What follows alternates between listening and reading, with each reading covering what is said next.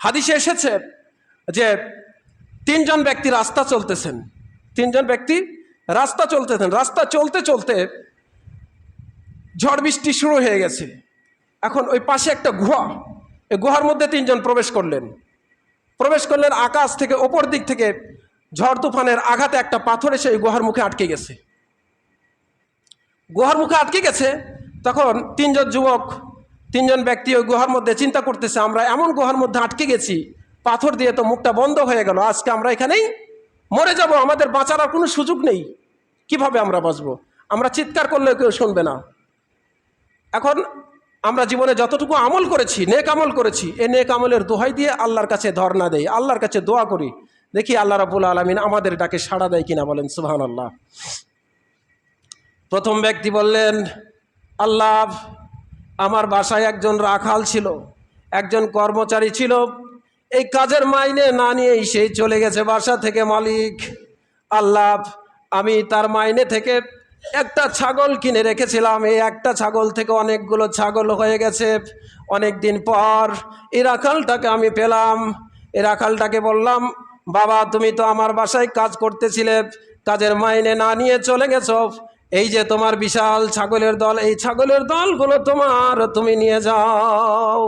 রাখাল বলতেছে, হুজুর, আমি তো এত মাইনে পাবো না, সামান্য কিছু টাকা পাবো, ওই টাকাটুকু দিয়ে দেন, আমি নিয়ে চলে যাই। বললেন, না, তুমি যে টাকাটুকু পাবে ওই টাকা থেকেই আমি একটা ছাগল কিনে রেখেছিলাম, এই সমস্ত ছাগল তুমি নিয়ে যাও। আল্লাহ, এইটা যদি তোমাকে ভয় করে, তোমার সন্তুষ্টির জন্য আমি করে থাকি, আল্লাহ, পাথরটা একটু সরিয়ে দেন। পাথর সরে গেছে।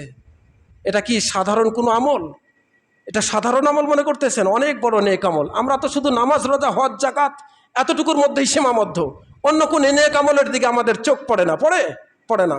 একজন কর্মচারী আমরা হলে কি করতাম? তুমি 100 বছর পরেও যদি আসতো, এই যে তুমি 200 টাকা পাবে কিংবা 1000 টাকা পাবে, নিয়ে যাও, ঠিকই না? অথচ তিনি কি করেছেন? ওই টাকা দিয়ে একটা ছাগল কিনে রেখেছিলেন, একটা ছাগল থেকে বিশাল ছাগলের দল হয়ে গেছে, সমস্তগুলো দিয়ে দিলেন। এটা সাধারণ ইমানদার ব্যক্তির কাজ নয়, এটা সাধারণ কোন আমলও নয়, এটা অনেক বড় একটা আমল। এইরকম অন্যান্য নেক আমলের দিকেও আমাদের নজর দিতে হবে। শুধু নামাজ রোজার দিকে আমল করবার, অন্যান্য আমলগুলো করবো না, তা করলে হবে না। প্রত্যেকটা কাজই আপনার ইবাদত, যদি আল্লাহ রাসূলের তরিকা মোতাবেক হয়। সম্মানিত সুধী, এখন দ্বিতীয় ব্যক্তি বলতেছেন যে, আল্লাহ, আমার জীবনে সেই রকম কোনো নেক আমল নেই, আমি গরিব মানুষ, সারাদিন পরিশ্রম করে সামান্য কিছু খাদ্য সামগ্রী নিয়ে বাসায় প্রবেশ করেছি রে মালিক। আমার বৃদ্ধ মাও ক্ষুধার্ত, আমার সন্তানগুলো কয়েকজন আছে, তারাও ক্ষুধার্ত, আমি নিজেও ক্ষুধার্ত, আমার স্ত্রীও ক্ষুধার্ত। মালিক, কাউকে খাবারটুকু না দিয়ে সামান্য একটু খাবার আমি আমার মাকে খাইয়ে দিয়েছি রে আল্লাহ। আল্লাহ, তোমার সন্তুষ্টির জন্য, তোমাকে ভয় করে যদি আমি এটা করে থাকি, পাথরটা সরিয়ে দেন। পাথর সরে গেছে। এটাও অনেক বড় একটা নেক আমল, সাধারণ কোনো নেক আমল নয়। আমরা তো বাপ মাকে খেতে দিতেই চাই না, বাপ মাকে ভিন্ন করে দিচ্ছি। এখন এমন একটা পরিবেশ হয়েছে, বাপ মা বুড়ো বুড়ি, এরা কি খাচ্ছে না খাচ্ছে কোনো খোঁজ নিচ্ছি না, ভিন্ন করে দিচ্ছি, আর নিজে ভালো ভালো খাচ্ছি, ভালো ভালো পড়তেছি। এটা কি ইসলাম? এটা ইসলাম নয়। দেখেন, নিজেও ক্ষুধার্ত, স্ত্রীও ক্ষুধার্ত, নিজের সন্তানও ক্ষুধার্ত। আপনি আগে কি করব? পরিশ্রম করে নিয়ে এসে ভালো খাবারটা আমার সন্তান ক্ষুধার্ত অবস্থায় আছে, সন্তানকে দিয়ে দেবো, ঠিক কিনা? খাও, তোমরা খাও, বৃদ্ধ মা মরে যাবে, না খেয়ে থাক একটা রাত, কোনো সমস্যা নাই, তোমরা খাও তো বাবা। করবো কিনা বলেন?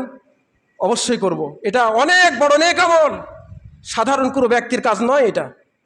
যারা প্রকৃত মুমিন তারাই শুধু এই কাজটা করতে পারে। নিজেও খেলেন না, সন্তানদেরকেও দেন, স্ত্রীও ক্ষুধার্ত, কাউকে না দিয়ে বৃদ্ধ মাকে দিয়ে দিয়েছে, মা খাবারটুকু খেয়ে নাও, বাস।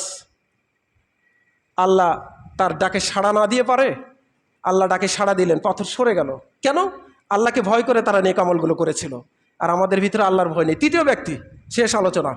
তৃতীয় ব্যক্তি বলতেছে যে, আল্লাহ, আমার জীবনে তো নেক আমল নেই, যুবক মানুষ, আমি একজন মহিলাকে সিলেকশন করলাম জেনা করার জন্য, মহিলাও রাজি, আমিও রাজি, জায়গা নির্ধারণ করেছি মালিক, কাজ শুরু করবো এরকম সময় ও মহিলা বলল, যুবক, তুমি তোমার আল্লাহ রাব্বুল আলামিনকে ভয় করো, আল্লাহ যখন তোমার নাম ওই মহিলা মুখে উচ্চারণ করেছে, রে আল্লাহ, আমি সঙ্গে সঙ্গে আমার পরনের কাপড়টা নিজ দিকে ছেড়ে দিয়ে আল্লাহ তোমাকে ভয় করে এই কাজ থেকে দূরে থেকেছি, তোমার সন্তুষ্টর জন্য মালিক সরিয়ে দেন। সঙ্গে সঙ্গে পাথর সরে গেছে।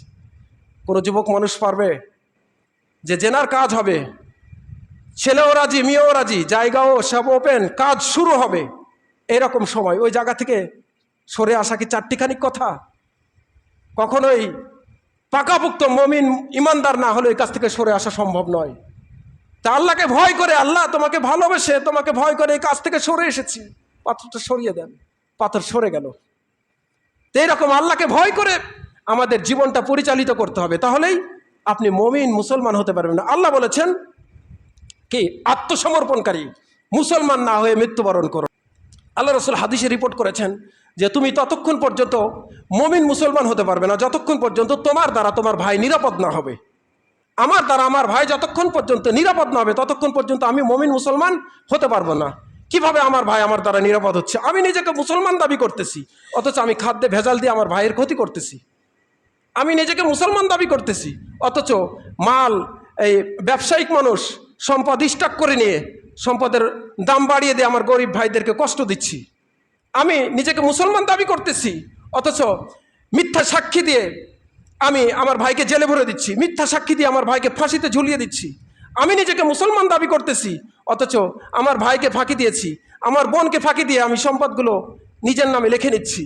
এটা কি হচ্ছে? এটা কি মুসলমান? অথচ রাসূল বলছে তোমার যতক্ষণ তোমার দ্বারা তোমার ভাই নিরাপদ না হবে ততক্ষণ তুমি মুসলমান হতে পারবে না। সম্মানিত যদি আল্লাহ বলেছে আত্মসমর্পণকারী না হয়ে তুমি কবরে আসবে না। আত্মসমর্পণকারী কাকে বলে?